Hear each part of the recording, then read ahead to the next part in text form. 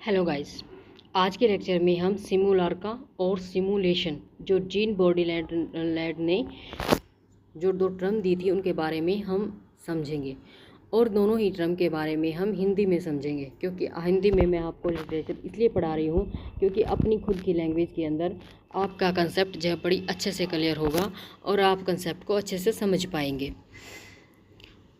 तो शुरू करते हैं आज की वीडियो। जीन बॉडीलार्ड का जन्म 27 पहले थोड़ा राइटर के बारे में जान लेते हैं क्या है। का जन्म 27 जुलाई 1929 को रेंस फ्रांस में हुआ था। वे एक प्रसिद्ध समाजशास्त्री, सांस्कृतिक समीक्षक और दार्शनिक थे। बॉडीलार्ड ने अपने जीवन में समाज, संस्कृति और मीडिया के क्षेत्रों में महत्वपूर्ण योगदान दिया। सिमुलार्का और सिमुलेशन की संकल्पना हिंदी में देखते हैं।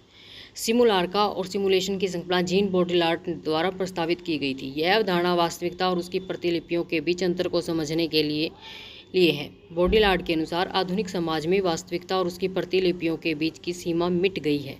यानी कि बॉडीलार्ड कहता है कि जो आज का समाज है उसके अंदर क्या चीज़ में तो रियलिटी है और क्या चीज़ में रियलिटी नहीं है, उसकी सीमा क्या हो गई है, मिट गई है। और अब हम सिमुलार्का के युग में जी रहे हैं जहां प्रतीक और संकेत वास्तविकता को प्रस्तावित करते हैं। यानी भाई इनकी थ्योरी सब कहती है कि क्या चीज़ वास्तविक है और क्या चीज़ नकली है। आजकल नकली और असली चीज़ का कोई डिफरेंस नहीं रहा है, सब एक हो गई है, ये कहना चाहता है सिमुलार्का। सिमुलार्का का अर्थ क्या है? सिमुलार्का उन प्रतिलिपियों को कहते हैं जो वास्तविकता का अनुसरण करती हैं। यह अनुकरण वास्तविकता की इतनी अधिक नकल होती है कि यह वास्तविकता और कल्पना के बीच की सीमा को मिटा देती है। यानी किसी चीज़ की इतने अच्छे से नकल करना कि वो वास्तविक लगे। ठीक है, यह है सिमुलार्का। और सिमुलेशन क्या है? सिमुलेशन वह प्रक्रिया है जिसके द्वारा सिमुलार्का का निर्माण होता है। यह वास्तविकता का एक प्रतिरूप है जो इतनी बारीकी से वास्तविकता की नकल करता है कि उसे असली और नकली के बीच फर्क कर पाना कठिन हो जाता है। यानी कि जो सिमुलार्का है उससे भी आगे जाके सिमुलेशन होता है जब कोई चीज़ इतनी ज़्यादा एक दूसरे के साथ घुल मिल जाती है कि आप उसके नकली और असली के अंदर कोई भी डिफरेंस नहीं कर सकते हैं। एग्जाम्पल देखते हैं। ऑस्कर वाइल्ड की प्रसिद्ध पुस्तक the picture of Dorian Gray simulacra और सिमुलेशन की अवधारणा को समझने का एक अच्छा उदाहरण है। अब किसकी? ऑस्कर वाइल्ड की जो पिक्चर ऑफ डोरियन ग्रे है उससे हम उसका एग्जाम्पल लेके समझते हैं। कहानी का सार। डोरियन ग्रे एक युवा और सुंदर व्यक्ति है जिसकी एक चित्रकार बेसिल हार्वर्ड एक बहुत ही सुंदर चित्र बनाता है। ठीक है, यानी कि डोरियन ग्रे का एक सुंदर चित्र बनाता है एक चित्रकार। डोरियन अपनी सुंदरता को लेकर इतना अधिक चिंतित हो जाता है कि वह यह इच्छा करता है, यानी कि अब उसको अपनी सुंदरता देख के चिंता होने लगती है क्या कि उसका चित्र ही बूढ़ा हो जाए और वह स्वयं हमेशा युवा बना रहे। उसकी यह इच्छा पूरी हो जाती है और वह अपने हर पाप और बुरे क्रम को चित्र पर पड़ता हुआ देखता है, जबकि वह स्वयं युवा और सुंदर बना रहता है। सिमुलार्का और सिमुलेशन के संदर्भ में, यानी कि अब देखो एक किसी का चित्र बनाया, चित्र इतना ज़्यादा उसके साथ उसकी को मैच करता हुआ बना दिया है कि उसके अंदर और उसके चित्र के अंदर कोई भी फर्क नहीं पड़ रहा है और उसके जो कर्म है उनका प्रभाव उसके चित्र के ऊपर जा रहा है। डोरियन ग्रे की कहानी में डोरियन का चित्र सिमुलार्का है, यानी कि उसका जो पहले चित्र बनाया वो सिमुलार्का है। यह वास्तविकता की इतनी अधिक नकल है कि यह डोरियन की वास्तविकता को प्रस्थापित कर देता है। डोरियन का चित्र उसकी वास्तविकता का अनुसरण करता है, लेकिन अंततः यह चित्र ही उसकी वास्तविकता को बदल देता है। यह चित्र सिमुलेशन की प्रक्रिया का परिणाम है जो वास्तविकता और सिमुलार्का के बीच की सीमा को मिटा देता है। यानी कि अब देखो सिमुलेशन क्या हुआ, जब डोरियन का चित्र बनाया, ठीक है, उसके जैसा चित्र बन गया तो वो हो गया, क्या हो गया, वो सिमुलार्का हो गया। लेकिन जब उसने उसको अपने चित्र को अपने आप के रूप में प्रदर्शित कर दिया, यानी कि अपने आप के रूप में देख लिया कि मैं ये चित्र भी मैं ही हूँ और जो बुढ़ापे का असर मेरे ऊपर होना है वो चित्र के ऊपर हो जाए, तो अब क्या हो गया, अब हो गया ये सिमुलेशन। सिमुलेशन ने जो वास्तविकता थी और जो अवास्तविकता थी उसके बीच में जो लाइन थी उसको मिटा दिया, यानी कि उसको रियलिटी में बदल दिया। इस प्रकार सिमुलार्का और सिमुलेशन की संकल्पना यह बताती है कि आधुनिक समाज में वास्तविकता और उसकी प्रतिलिपियों के बीच की सीमा मिट गई है और अब हम एक ऐसे युग में जी रहे हैं जहां प्रतीक और संकेत वास्तविकता को प्रतिस्थापित कर रहे हैं। यानी कि अब प्रतीक और संकेत, यानी कि किसी भी चीज़ के प्रतीक और संकेत उस चीज़ को की जो इतनी ज़्यादा नकल कर रहे हैं कि वास्तविकता खत्म, यानी कि वास्तविकता और अवास्तविकता के बीच में कोई फ़र्क नहीं रह गया है। सिमुलार्का के 4 चरणों की व्याख्या और उनका उदाहरण। यानी कि सिमुलार्का के 4 चरण हैं, अब उनको समझते हैं हम क्या हैं। जीन बॉडिलॉर्ड ने सिमुलार्का के 4 चरण बताए हैं। ये चरण बताते हैं कि किस प्रकार वास्तविकता और उसकी प्रतिलिपियाँ के बीच अंतर, यानी प्रतिलिपियाँ होती हैं नकल, और उसकी नकल के बीच का अंतर धीरे धीरे खत्म हो जाता है। यानी पहले चरण में उनके बीच का अंतर देखो, प्रथम चरण में क्या होता है, प्रतीक का स्पष्ट रूप से वास्तविकता का प्रतिनिधित्व करता है, यानी सिंबल क्लियरली रिप्रेजेंट रियलिटी, यानी कि चित्र इतना वास्तविक होता है कि रियलिटी लगता है। उदाहरण, एक चित्रकार के द्वारा बनाई गई किसी व्यक्ति की पेंटिंग जो उस व्यक्ति के वास्तविक चेहरे का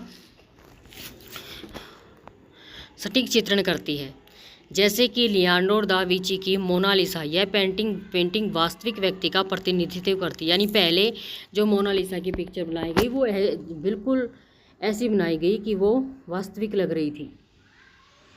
द्वितीय चरण में क्या हुआ, प्रतीक वास्तविकता को विकृत कर देता है। उदाहरण, यदि किसी व्यक्ति की पेंटिंग जो कुछ हद तक उसके चेहरे के लक्षणों को बढ़ा चढ़ाकर पेश करती है, जैसे कि कार्टूनिस्ट द्वारा बनाई गई कार्टून पेंटिंग, इसमें व्यक्ति की कुछ विशेषताओं को विकृत रूप में दिखाया जाता है। यानी कि जैसे किसी हीरो की किसी ने क्या बना दी, पेंटिंग बना दी, अब कोई दूसरा उस पेंटिंग को देख के उस पेंटिंग की नकल करके बनाएगा तो वो क्या करेगा, उसके अंदर थोड़ा सा क्या कर देगा, उसके चेहरे को या किसमें उसके, यानी कि वो बिल्कुल सेम वैसी नहीं बनेगी, उससे थोड़ी डिफरेंट बनेगी।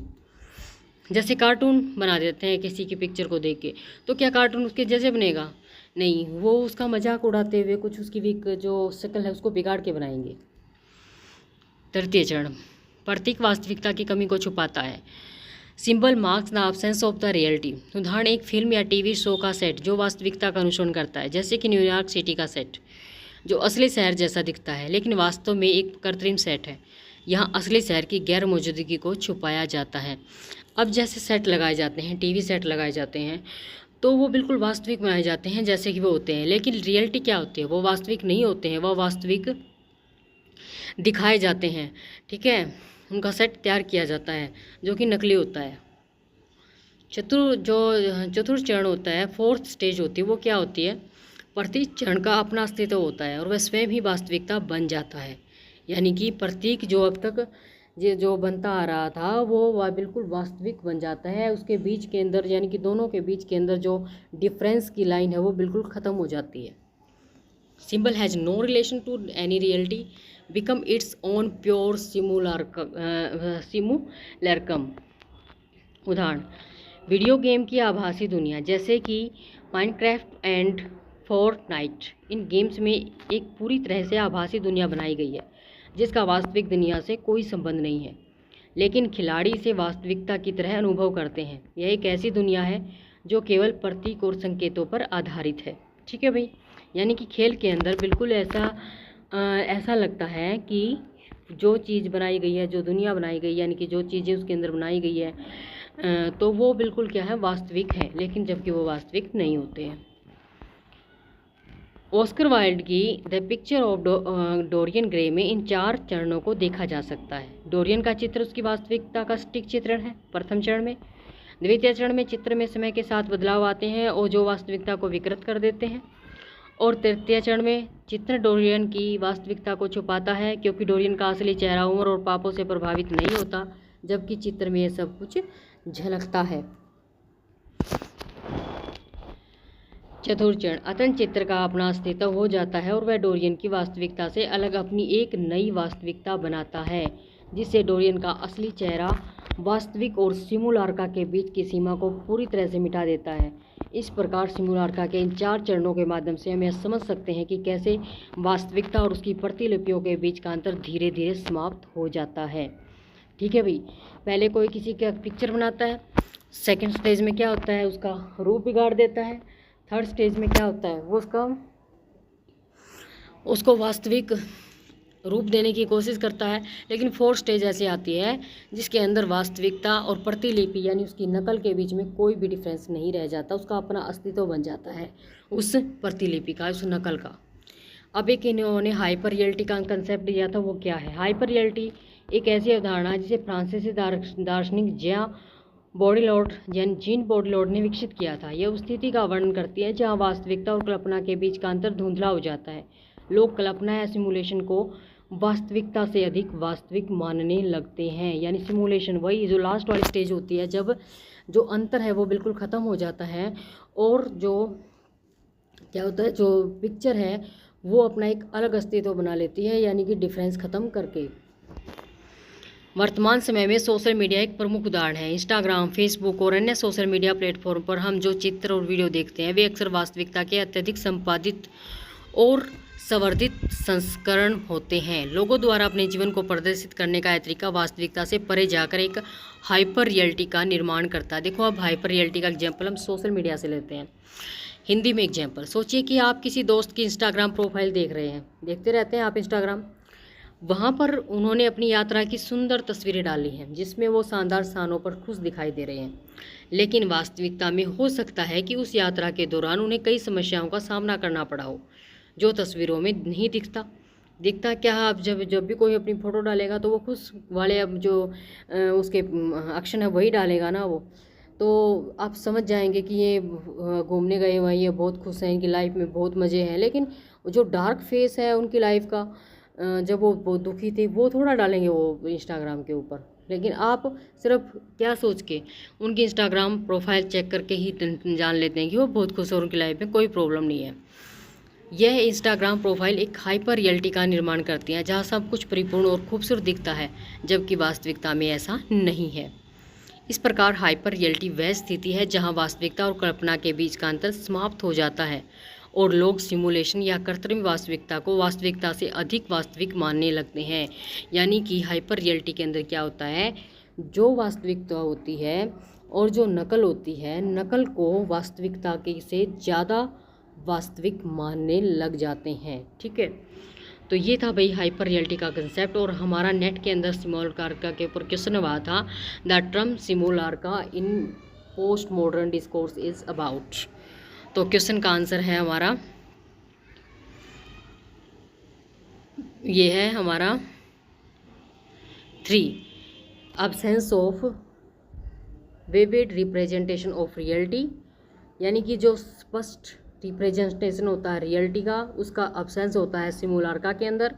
और artificiality produced reality dubbed as authentic. और आर्टिफिशियलिटी इस तरह से मतलब रियल दिखती है कि वो ऑथेंटिक लगती है हमें। तो ये क्वेश्चन आपका आया हुआ था, इसमें से पूछा हुआ था कि सिमुलार्का टर्म का पोस्ट मॉडर्न में यानी कि इनमें से कौन कौन से करेक्ट हैं, ये आपसे पूछे गए थे। तो करेक्ट आंसर जो आपका है इसके अंदर वो है 3rd वन, ये वाला। ठीक है, और मैंने आप इसको हिंदी में भी आपके लिए क्वेश्चन को दिया है। उत्तर आधुनिकता वेश में सिमुलार्का शब्द किस बारे में है? वास्तविकता के ज्वलंत प्रतिनिधित्व का अभाव, यानी वास्तविकता का अभाव होता है। कृत्रिम रूप से निर्मित वास्तविकता को प्रमाणिक करार दिया गया। ठीक है, तो ये देखो, ये मैंने हिंदी में भी दे दिया है, आप पढ़ सकते हैं पूरे क्वेश्चन को। तो आपके अगर आप मेरी वीडियो पसंद आ रही हैं so please like share and subscribe my channel. वही वीडियो बनाने में बहुत मेहनत लगती है, आपका एक लाइक और सब्सक्राइब मेरे को और वीडियो बनाने के लिए मोटिवेट कर सकता है। अगर आपको लगता है कि मैंने मेहनत की है तो please like and share and subscribe my channel. Thanks for watching.